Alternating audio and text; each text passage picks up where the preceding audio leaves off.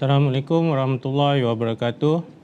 Terlebih dahulu saya ucapkan terima kasih kepada pihak MPC atas jemputan pada pagi ini, dan atas jemputan ini membolehkan saya untuk berkongsi berkaitan tajuk kita, iaitu memperkukuh pematuhan peraturan dan meningkatkan produktiviti dalam pengoperasian gudang berlesen dan gudang penghilangan berlesen. Saya Muhammad Nur Rizwan bin Idris. Email saya rizwan.idris@custom.gov.my.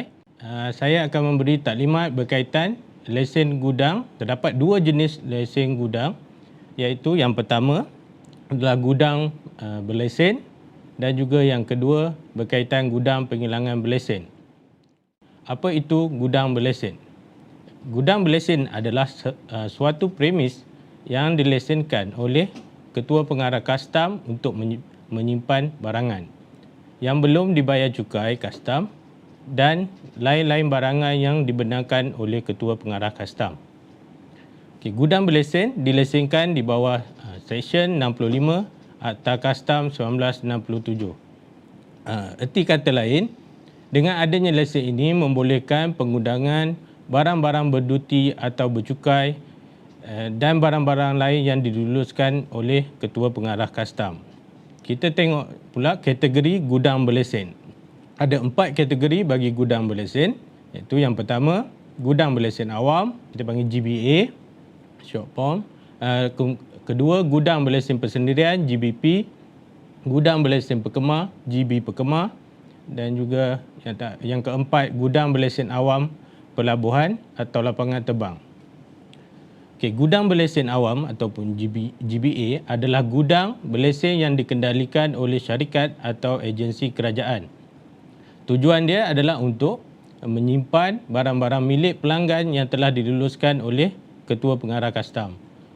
Gudang berlesen persendirian pula adalah gudang berlesen yang dikendalikan oleh syarikat atau agensi kerajaan untuk menyimpan barang-barang milik sendiri yang telah diluluskan oleh Ketua Pengarah Kastam. Kalau kat sini kita boleh beza GBA dan GBP adalah dari segi barang yang disimpan. Sama ada barang milik pelanggan atau milik persendirian. Jika barang milik pelanggan adalah GBA, manakala milik persendirian adalah GBP.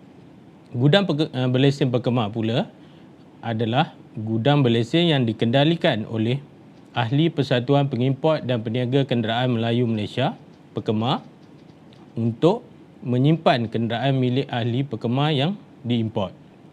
Gudang berlesen awam pelabuhan atau lapangan terbang adalah gudang berlesen yang dikendalikan oleh operator pelabuhan atau syarikat penerbangan atau pihak berkuasa pelabuhan atau lapangan terbang di kawasan bukan zon bebas. Tujuan dia adalah untuk penyimpanan dan pelepasan barang-barang import dan ekspor.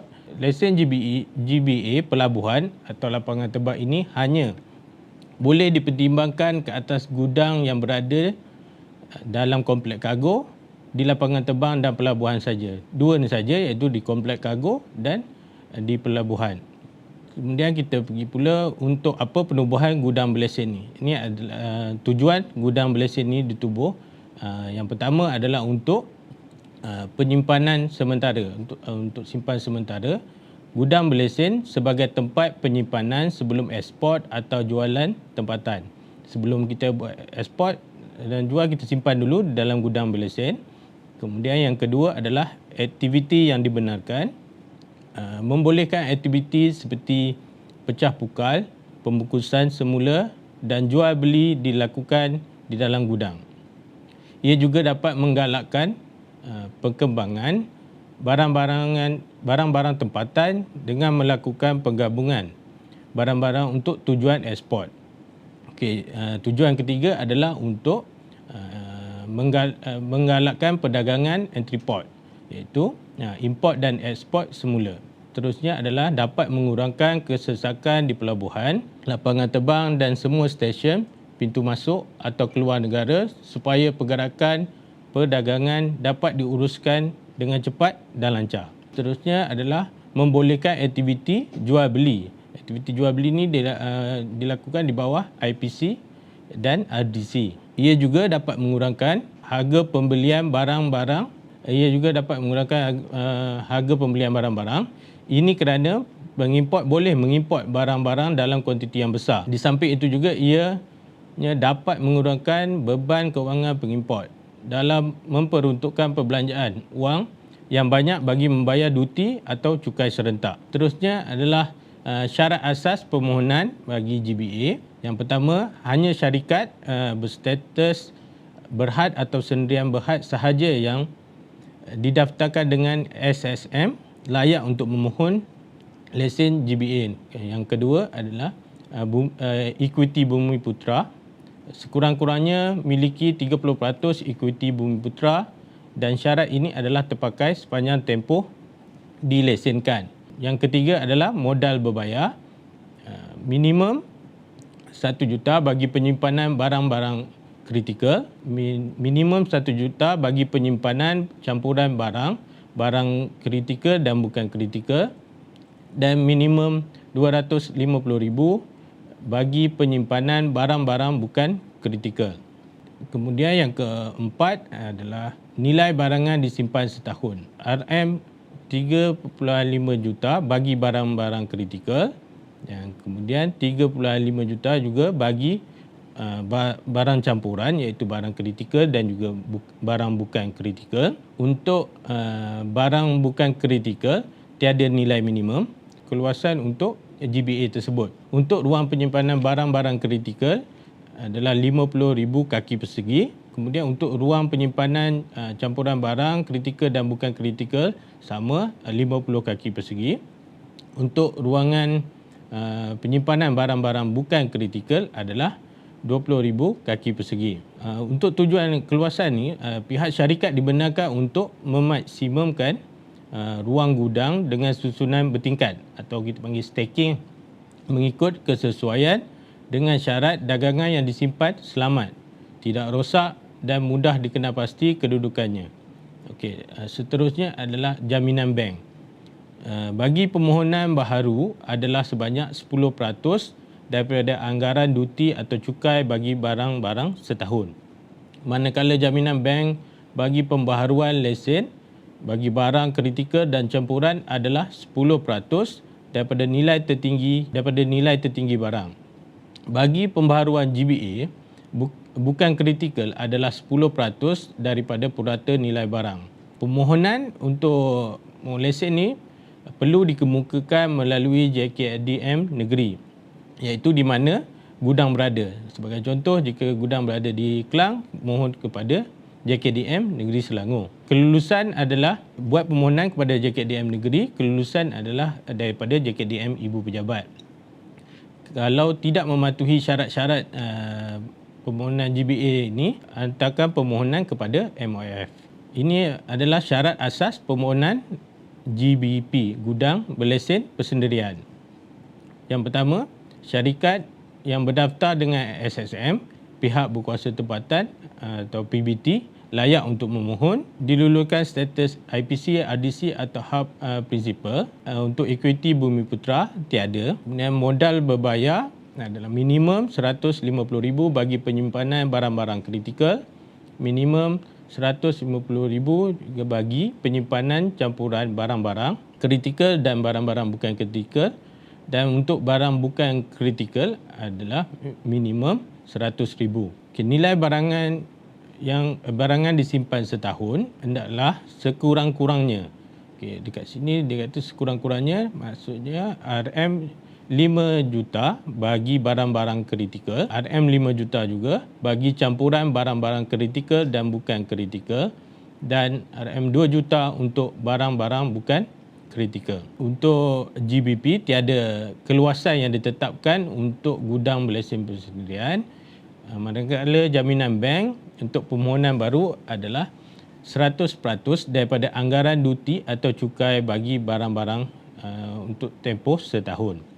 Kemudian untuk pembaharuan lesen, nilai duti atau cukai yang tertinggi, nilai barang tu yang tertinggi. Okey, ini pun sama, permohonan dikemukakan melalui JKDM negeri dan kelulusan adalah JKDM Ibu Pejabat. Seterusnya adalah berkaitan pelesenan. Cara dasarnya kelulusan diberikan bagi tempoh minimum kita bagi 6 bulan dan maksimum adalah untuk 12 bulan. Manakala bayaran fee pula adalah 2,400 untuk tempoh setahun. Tempoh setahun kalau dapat lesen tadi untuk tempoh 6 bulan, maka separuhlah daripada tu, iaitu 1,200 untuk bayaran fee. Ketiga, keselamatan premis. Lesen hanya akan dikeluarkan selepas semua ciri-ciri keselamatan lengkap. Begitu pula untuk pembaharuan lesen. Perlu kemukakan permohonan dalam 90 hari sebelum tarikh tamat lesen.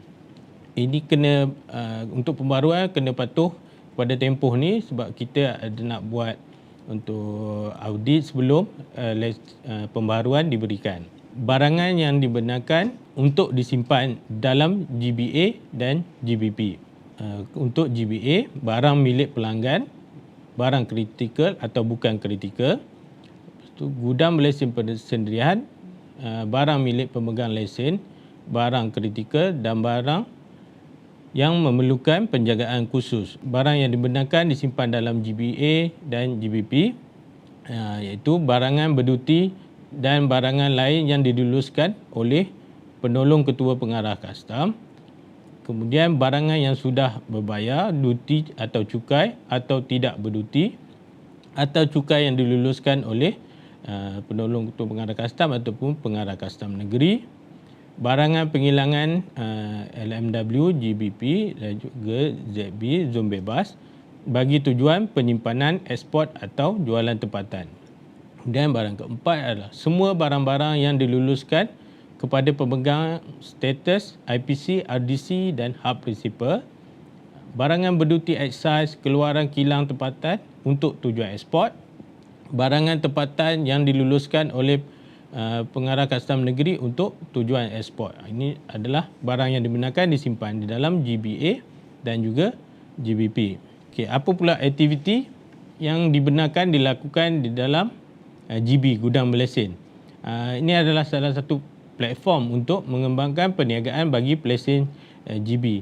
Bila kita dah ada lesen gudang berlesen ni tadi, tak adalah kita buat penyimpanan saja, kita boleh buat aktiviti-aktiviti ni. Antara aktivitinya adalah yang pertama penggudangan, menggudang barang-barang yang diluluskan oleh pengarah kastam negeri. Kemudian yang kedua, aktiviti pecah pukal ataupun break bulk. Barang-barang yang digudangkan boleh dipecah pukal dan dilepaskan secara berperingkat atau partial release. Kemudian yang ketiga adalah pembungkusan semula ataupun repacking.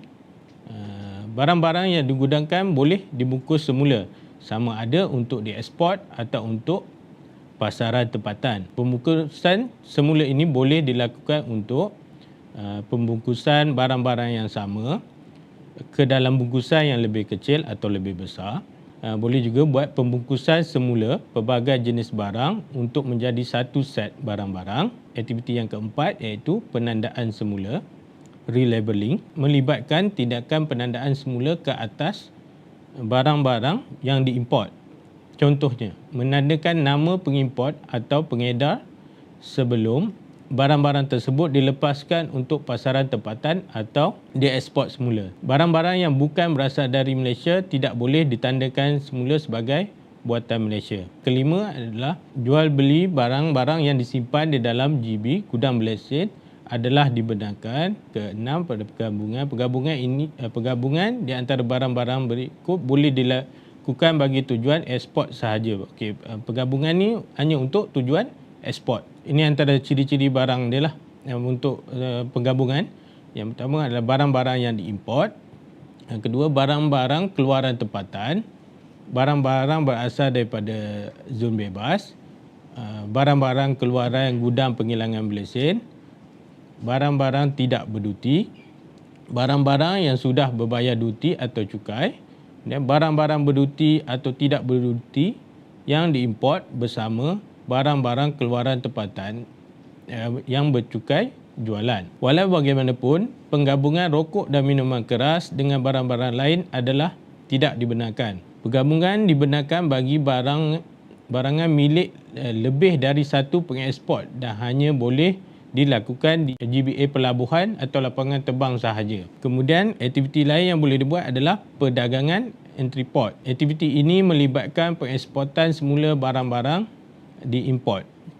Barang-barang yang terlibat masih tertakluk kepada Perintah Kastam Larangan Mengimport, Perintah Kastam Larangan Mengenai Eksport 2017 dan Akta Perdagangan Strategik 2010. Dan aktiviti yang terakhir adalah Pusat Perolehan Antarabangsa IPC, RDC dan Hub Principal. Apa aktiviti yang dibenarkan untuk IPC, RDC dan Hub Principal ni adalah yang pertama pembungkusan semula, penggabungan barang-barang dan disimpan untuk tujuan ekspor dan jualan tempatan. Itu aktiviti yang dibenarkan dalam gudang berlesen. Kita pergi pula untuk tempoh simpanan. Bagi barang selain daripada kenderaan boleh disimpan selama 24 bulan dan lanjutan dibenarkan dengan kelulusan pengarah Kastam Negeri, dan lanjutan ni adalah untuk tempoh 12 bulan. Manakala bagi kenderaan pula adalah 24 bulan dan lanjutan dibenarkan oleh pengarah Kastam Negeri. Kita buat permohonan untuk lanjutan, dan lanjutan ni dibenarkan untuk tempoh 24 bulan lagi. Terusnya kita selesai untuk gudang berlesen, kita pergi kepada topik kita yang kedua, iaitu gudang penghilangan berlesen. Okey. Apa itu gudang penghilangan berlesen? Ini definisi gudang penghilangan berlesen. Gudang yang dilesenkan di bawah Seksyen 65A Akta Kastam 1967 untuk menjalankan aktiviti penghilangan dan penggudangan barangan keluaran siap berorientasikan ekspor. Okey, kalau tadi gudang berlesen di bawah Seksyen 65, manakala gudang penghilangan berlesen adalah di bawah Seksyen 65A Akta Kastam. Peruntukan undang-undang di bawah Akta Kastam bagi gudang penghilangan berlesen. Seksyen 65A, penghilangan dan operasi lain berhubungan dengan barang-barang dalam gudang berlesen. 65A1 Akta Kastam ni berkaitan apabila Ketua Pengarah Kastam memberi suatu lesen kepada mana-mana orang apabila dibayar fee.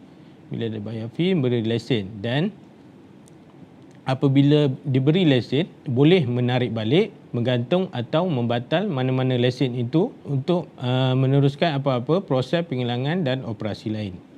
Okey, manakala 65A subsection 3 pula, tiada barang-barang yang telah melalui apa-apa proses penghilangan dalam gudang penghilangan berlesen itu boleh dikeluarkan bagi kegunaan sendiri atau ekspor tanpa kelulusan terlebih dahulu daripada Ketua Pengarah Kastam.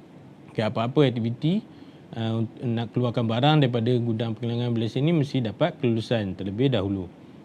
Manakala 65A3 tertakluk kepada subsection 4, jika barang-barang itu dikeluarkan dari gudang penghilangan berlesen itu bagi kegunaan sendiri, duti kastam ke atasnya hendaklah dikira atas dasar seolah-olah barang-barang itu telah diimport. Okey, bila barang itu dikeluarkan daripada gudang berlesen, ianya dianggap sebagai diimport dan duti yang perlulah dibayar. Okey, ini konsep GPB, gudang penghilangan berlesen. Aktiviti penghilangan hendaklah menepati tafsiran penghilangan sebagaimana peruntukan di bawah subsection 21 Akta Kastam 1967. Okey, beza GPB dengan GB tadi adalah penghilangan. Ada proses penghilangan di dalam gudang dia, baru layak untuk memohon lesen GPB. Penghilangan mengikut Seksyen 2 Akta Kastam 1967 artinya dalam hal-hal lain menukar dengan cara tangan atau jentera bahan organik atau tidak organik kepada keluaran baru dengan menukar saiz, bentuk, komposisi, jenis atau kualiti bahan itu, dan termasuklah memasang bahagian-bahagian supaya menjadi suatu jentera atau keluaran lain. Tetapi tidak termasuk pemasangan jentera atau kelengkapan bagi maksud pembinaan. Okay, itu adalah maksud penghilangan bagi mengikut Seksyen 2 Akta Kastam. Dan GPB ni mesti penuhilah konsep penghilangan ni untuk mohon lesen GPB. Konsep GPB ni juga, syarikat yang dilesenkan di bawah Seksyen 65A Akta Kastam, kemudian lesen diberikan kepada aktiviti penghilangan serta penggudangan yang dibenarkan. Yang ketiga, GPB ni dianggap luar Malaysia, pergerakan barang dari GPB ke kawasan utama custom dianggap sebagai import. Okey, pergerakan daripada GPB bila dia dianggap di luar negara dan pergerakan dia adalah masuk kepada kawasan utama custom adalah dianggap import. Lesen GPB ni adalah berorientasikan ekspor dan ia tertakluk kepada kuota yang ditetapkan. Untuk GPB, gudang penghilangan berlesen ni kawalan adalah secara dokumen dan tertakluk kepada semua undang-undang dan peruntukan custom. Bagi GPB boleh beroperasi 24 jam seminggu, maknanya boleh beroperasi teruslah, tak payah tutup. Pelesen juga dibenarkan menjalankan aktiviti-aktiviti lain dengan kelulusan. Okay. Sebagai pelesen GPB, apa yang tuan-puan boleh dapat, ini antaranya lah. Yang pertama, pelesen GPB ni dapat pengecualian duti import ke atas bahan-bahan seperti mesin atau alat ganti, bahan mentah atau komponen dan bahan pembungkusan. Dengan syarat barang-barang ni mestilah digunakan secara langsung dalam penghasilan produk siap. Okey, barang ni mesti untuk menghasilkan produk siap tu, barang ni adalah barang utama, bahan yang digunakan secara langsung. Dan itu layak untuk dapat pengecualian duti import. Kalau bukan secara langsung, maknanya tak dapatlah pengecualian duti import ni. Okey, apa lagi kelebihan untuk pelesen GPB ni adalah ni, jualan tempatan, local sale. Barang siap tadi walaupun pada asasnya adalah untuk tujuan ekspor, penubuhan GPB adalah untuk tujuan ekspor, tetapi 20% boleh dijual di pasaran tempatan. Dan jualan tempatan yang 20% ni boleh jika menepati syarat mendapat kadar duti bersamaan kadar A3.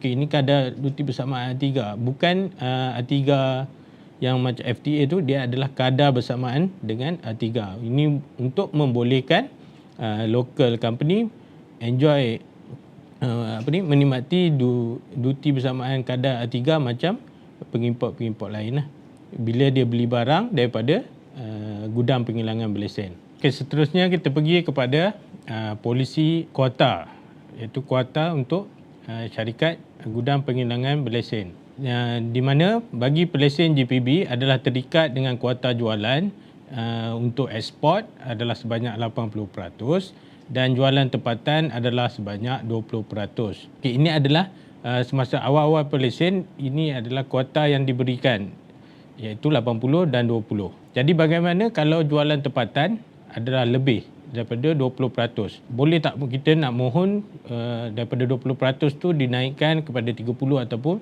40%? Soalan ni jawapan dia boleh, di mana mesti dapat kelulusan daripada MIDA untuk penambahan kuota ini. Okey, cara permohonan adalah boleh buat permohonan secara online secara atas talian di www.investmalaysia.mida.gov.my. Okey, bila isi permohonan secara online ni, dekat situ adalah dokumen-dokumen yang perlu disertakan dan perlu diisi mengikut ketetapan MIDA, dan nanti akan dapat kelulusan daripada MIDA dan akan dimajukan kepada pihak custom kelulusan tu, dan kita akan terima penambahan kuota tersebutlah. Lebihan kuota ni tidak layak mendapat duti import bersamaan kadar A3. Ini kalau di mana kes tak dapat penambahan daripada MIDA tadi dan ada penjualan tempatan yang melebihi 20%. Yang lebih 20% tu, sebagai contoh, penjualan tempatan adalah 25%. Yang 5% tadi adalah tidak layak untuk mendapat kadar bersamaan A3 untuk jualan tempatan, dan perlu bayar ikut kadar MFN rate ataupun Most Favourite Nation rate, iaitu kadar duti import biasa. Kesan dia juga kalau jual melebihi kuota ni tadi dan tak dapat kelulusan untuk penambahan daripada MIDA, lesen juga boleh dibatalkan. Ini kerana telah melanggar syarat lesen yang kita tetapkan. Okey, bagi objektif penubuhan, objektif perlesenan GPB, sebab kenapa kita bagi lesen GPB ni lah. Yang pertama, untuk membolehkan aktiviti penghilangan dikendalikan di gudang berlesen. Saya ceritakan tadi, gudang berlesen tadi tak termasuk aktiviti penghilangan. Jadinya untuk membolehkan aktiviti penghilangan ni dilakukan di dalam gudang berlesen, bagi lesen untuk gudang penghilangan berlesen. Kemudian yang kedua, untuk memudahkan dan merangsangkan industri berorientasikan ekspor. Ketiga, untuk mendorong pertumbuhan sektor penghilangan. Objektif keempat adalah untuk memudahkan aktiviti penghilangan di bawah pengawasan minimum, iaitu di bawah kawalan custom dan juga dengan cara kawalan dokumentasi. Pelesen GPB hanya perlu menghantar dokumen penyata kepada pihak custom. Itulah kita masukkan dengan kawalan dokumentasi. Yang kelima, untuk membolehkan bahan mentah yang dikecualikan diguna secara langsung dalam proses penghilangan di gudang. Objektif yang keenam adalah untuk mendorong industri di kawasan yang kurang maju. Dengan adanya penghilangan iaitu GPB, gudang penghilangan berlesen di satu kawasan, ia akan memajukan sesuatu tempat tersebut. Berkaitan dengan pelesen, siapa yang boleh untuk memohon lesen GPB ni adalah penghilang berorientasi ekspor, iaitu tidak kurang daripada 80% daripada jumlah nilai jualan barang siap untuk jangka masa 12 bulan. Kedua adalah penghilang yang kegiatannya selari dengan peruntukan Seksyen 2(1) Akta Kastam 1967. Iaitu tafsiran penghilangan tadilah. How? Permohonan lesen hendaklah dikemukakan kepada penolong ketua pengarah Kastam Zon atau pengarah Kastam Negeri di mana kilang tersebut berada. Ini sama macam gudang berlesen tadi. Sebagai contoh, kilang ni tadi berada di Kelang, permohonan perlu dihantar di JKDM Selangor. Kemudian berkaitan dengan fee. Fee untuk gudang penghilangan berlesen adalah RM2,400 setahun. Dan ada setengah-setengah gudang berlesen, lesen dia adalah selama 2 tahun. Kalau 2 tahun perlu membayar fee adalah RM4,800. Kemudian apa borang yang kita kena hantar, apa dokumen yang kita perlu hantar. Ini adalah sebagai contoh saja. Dokumen yang kita kena hantar antaranya adalah borang JKDM 1. Ni borang JKDM 1 ni boleh dia ambil di stesen custom yang mengawal tadi. Kemudian yang lain adalah salinan perakuan siap dan pematuhan, salinan sijil lesen perniagaan pihak berkuasa tempatan, memorandum dan article of association, borang 9, borang 49, nama-nama ahli lembaga pengarah, salinan pelan kedudukan kilang, salinan pelan sesuatu ruang kilang yang disahkan oleh arkitek. Okey, ini perlu disahkan oleh arkitek. Rajah aliran proses penghilangan. Ni perlu adalah proses flow untuk penghilangan bagi barang siap tersebut. Senarai lengkap mesin-mesin, senarai keluaran siap, nisbah input dan output, surat perjanjian dan lain-lain dokumen yang dipikirkan perlu, yang relevan. Okay, sekarang kita pergi kepada syarat lesen. Syarat lesen ini diberi semasa lesen diberikanlah. Akan dilampirkan sekali bersama lesen. Okay, kalau ikut syarat lesen ni ada 26. Cuma dekat sini saya masukkan sebahagian dari syarat-syarat yang ada lah. Antara syaratnya adalah lesen dan plan gudang penghilangan berlesen yang diluluskan hendaklah dipamerkan di tempat yang mudah dilihat. Kemudian kedua, sebarang perubahan kepada struktur bangunan dan alat kelengkapan di premis yang dilesen tidak dibenarkan kecuali dengan kebenaran bertulis dari pengarah Kastam Negeri. Yang ketiga, barang keluaran siap gudang penghilangan berlesen hendaklah disimpan berasingan dari bahan-bahan mentah, komponen atau sisa penghilangan. Perlu ada pengasingan antara bahan-bahan ini. Dan kemudian yang keempat, semua mesin dan peralatan tidak boleh dijual, dipindah, diekspor atau dikeluarkan dari kilang tanpa kebenaran pengarah Kastam Negeri. Yang kelima, pemegang lesen hendaklah melaporkan dengan segera sebarang kes kebakaran, bencana alam, kecurian atau kehilangan yang melibatkan bahan mentah, bahan siap dan sen mesin. Kemudian, pemegang lesen hendaklah memberitahu pegawai kastam yang hak secara bertulis jika berlaku salah satu dari perkara ini dalam tempoh 14 hari, iaitu perubahan ahli lembaga pengarah syarikat, satu, ketetapan diluluskan untuk penggolongan syarikat, pelantikan pelikuidasi atau penerima dibuat, empat, syarikat terlibat dalam apa-apa kes tuntutan sivil ataupun syarikat muflis. Okey, bagi lesen gudang penghilangan berlesen, apa yang berkaitan? Lesen tidak akan diberikan kepada penghilang barang berduty excise. Bagi penghilangan barang berduty excise ni sepatutnya dilesenkan bawah Akta Excise 1976. Kemudian lesen gudang penghilangan berlesen juga tidak akan diberikan kepada syarikat yang hanya membuat kerja subkontrak sahaja. Dia tak, maksudnya kat sini dia buat kerja subkontrak sahaja, tak ada buat aktiviti lain lah. Yang tu kita tak benarkan untuk lesen gudang penghilangan berlesen. Okey, yang kedua, lesen penggunaan berlesen boleh dipertimbangkan jika barang siap tidak berduty atau bercukai, asalkan bahan mentah untuk penghasilan barang siap tadi berduty ataupun bercukai. Penambahan cawangan di bawah lesen yang sama dibenarkan jika beroperasi di negeri yang sama. Kemudian yang keempat, hanya satu entiti sahaja yang dibenarkan beroperasi di dalam premis JPB. Tak benarkan berkongsilah premis dengan entiti yang lain. Kemudian yang kelima, pelesen dibenarkan untuk menghilang barang yang tertakluk kepada barang larangan kecuali barang larangan mutlak. Pelepasan ke pasaran tempatan tidak memerlukan lesen import. Walau bagaimanapun, jika barang tersebut tertakluk kepada syarat dari agensi lain, syarat tersebut mesti dipenuhi. Sebagai contoh, tertakluk kepada syarat untuk Suruhanjaya Tenaga, perlu ada permit daripada Suruhanjaya Tenaga dan perlu dapatkanlah untuk dieksport untuk penghilangan ni tadi.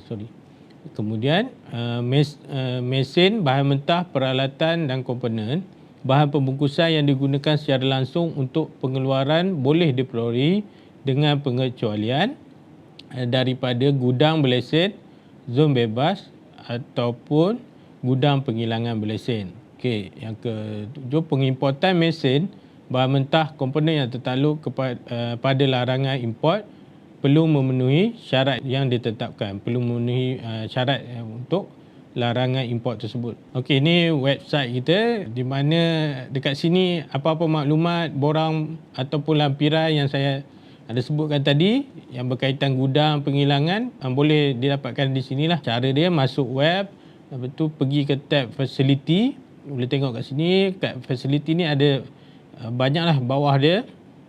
Dekat sini juga ada untuk gudang berlesen dan juga gudang penghilangan berlesen yang saya sebutkan tadi. Itu lagi ada untuk pelesenan, pengecualian duty, buat kerja subkontrak, untuk pelupusan. Semua maklumat untuk GB dan juga gudang penghilangan berlesen ada dekat sinilah. Tuan-puan boleh masuk website ni dan tengoklah. Okey, seterusnya kita tengok aktiviti bagi gudang penghilangan berlesen. Aktiviti utama iaitu penghilangan mesti melebihi 60%. Penghilangan ni tadi mesti melebihi 60%, manakala aktiviti lain mestilah kurang daripada 40%. Okey, kalau kita tengok dekat sini untuk aktiviti utama iaitu 60 yang melebihi 60% tadi penghilangan, ya, untuk tujuan ekspor adalah 80 dan 20% adalah untuk local market. Manakala untuk ada aktiviti 40% antara aktivitinya adalah nilai tambah dan juga pengurusan rantaian bekalan. Itu operasi perolehan strategik dan penyelesaian sokongan menyeluruh. Okey, apa aktiviti nilai tambah yang dibenarkan? Sebagai pelesen GPB, tuan-puan boleh buat aktiviti ni untuk mengembangkan lagi perniagaan, boleh buat aktiviti ni. Okey, apa aktiviti nilai tambah? Yang pertama adalah penyelidikan dan pembangunan. Yang kedua adalah reka bentuk. Yang ketiga, kawalan mutu. Yang keempat, pengujian dan pentauliahan termasuk penentukan dan konfigurasi. Yang kelima, pelabelan, pembungkusan atau pembungkusan semula. Yang keenam, penghilangan semula, pembaikan dan perkhidmatan servis.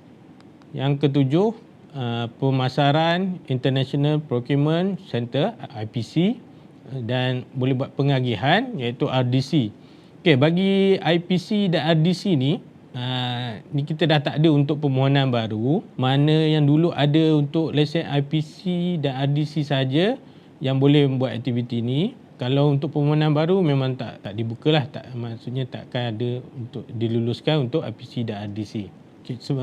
Sebagai pelesen GPB juga boleh untuk kerja-kerja subkontrak. Kerja subkontrak dengan aktiviti lain yang saya sebutkan tadi ni termasuk dalam 40% tadi untuk aktiviti yang boleh dilakukan di dalam gudang penghilangan berlesen. 60% penghilangan, 40% tadi adalah aktiviti nilai tambah dan juga subkontrak. Aktiviti subkontrak merujuk kepada pemindahan atau pergerakan bahan mentah komponen dari syarikat GPB ke syarikat subkontraktor dengan kelulusan pejabat kastam. Pemindahan tersebut adalah untuk kerja subkontrak bagi menyelesaikan proses penghilangan tertentu dan setelah selesai ianya akan dibawa balik semula ke syarikat GPB berkenaan atau dieksport terus dari premis subkontraktor. Maknanya boleh patah balik ataupun boleh dieksport terus daripada subkontrak tu tadilah. Kerja subkontrak ni boleh dilakukan di antara syarikat GPB dengan syarikat dalam zon bebas, zon perindustrian bebas, kemudian syarikat GPB dengan syarikat GPB lain, dan syarikat GPB dengan syarikat di dalam kawasan utama kastam, syarikat GPB dengan syarikat di luar negara. Okay, seterusnya kita pergi kepada pelupusan. Terdapat 5 kaedah untuk pelupusan. Ini adalah kaedah yang membolehkan pelupusan dilakukan. Yang pertama, pindah milik. Yang kedua, boleh jual. Kemudian, boleh dieksport. Keempat adalah dengan cara pemusnahan.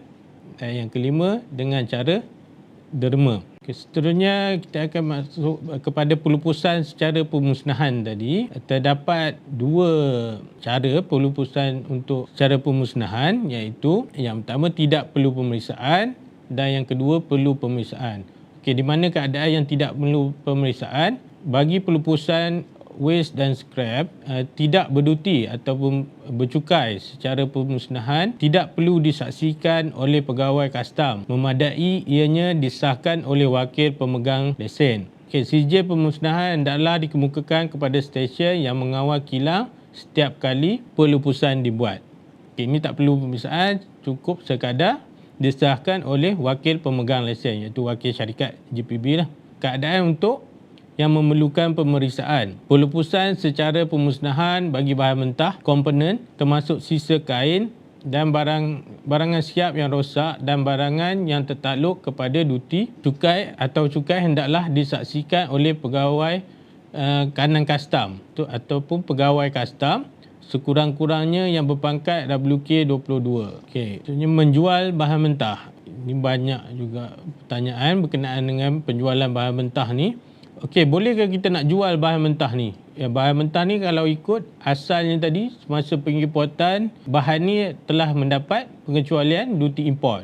Lepas tu, kita pula nak jual pula bahan mentah ni. Kalau ikut secara dasarnya adalah tidak dibenarkan, kecuali bagi tujuan trading, iaitu bagi pelesen GPB yang mempunyai IPC dan RDC tadi. Iaitu mana IPC dan RDC ni tadi boleh buat untuk trading dan dia orang perlu membayar duty import yang ditetapkan untuk tujuan tersebut. Itu hanya untuk IPC dan RDC ni tadi yang boleh membuat penjualan bahan mentah. Okey, macam mana pula kalau untuk yang pelesen GPB yang tak ada IPC RDC dan ada lebihan bahan mentah? Bila ada lebihan, macam mana boleh ada lebihan ni? Sebagai contoh, syarikat tertutup dan ada bahan mentah yang tak digunakan, dan kemudian mungkin juga sebab syarikat tak beroperasi semasa COVID ni, tak dapat nak beroperasi, banyak kilang-kilang yang perlu ditutup dan bahan-bahan mentah ni tadi ada lebihan. Ini sebagai contohlah keadaan-keadaan ni. Mungkin ada sebab-sebab lain yang difikirkan mundasabah.